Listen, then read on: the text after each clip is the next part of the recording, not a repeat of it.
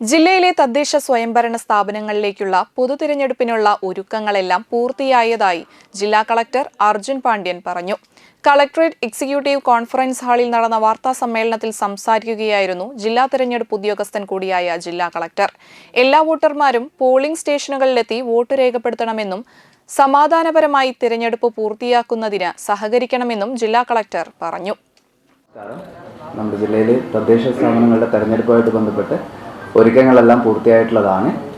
ജില്ലയിലാകെ 111 തദ്ദേശ സ്ഥാപനങ്ങളിലായിട്ട് 2204 വാർഡുകളിലായിട്ട് 7208 സ്ഥാനാർത്ഥികളാണ് മത്സരരംഗത്തുള്ളത്.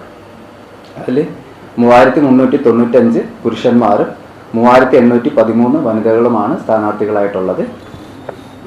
നിലവിൽ ജില്ലയിലെ അന്തിമ വോട്ടർ പട്ടിക പ്രകാരം ജില്ലയിൽ 27,36,817 വോട്ടർമാരാണ് നിലവിലുള്ളത്.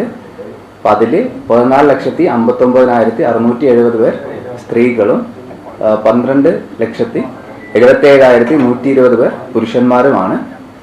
ഇതിൽ 54,204 പുതിയ വോട്ടർമാരാണ് ഈ വർഷം ഉള്ളത്. നമ്മുടെ ജില്ലയിൽ 27 പേർ ട്രാൻസ്ജെൻഡേഴ്സും 280 പ്രവാസി വോട്ടർമാരും ഈ ലിസ്റ്റിലുണ്ട്.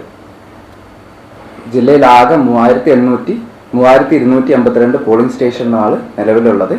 പോളിംഗ് ഡ്യൂട്ടിക്കായിട്ട് 15,753 പോളിംഗ് ഉദ്യോഗസ്ഥരെ നിയമിച്ചിട്ടുണ്ട്.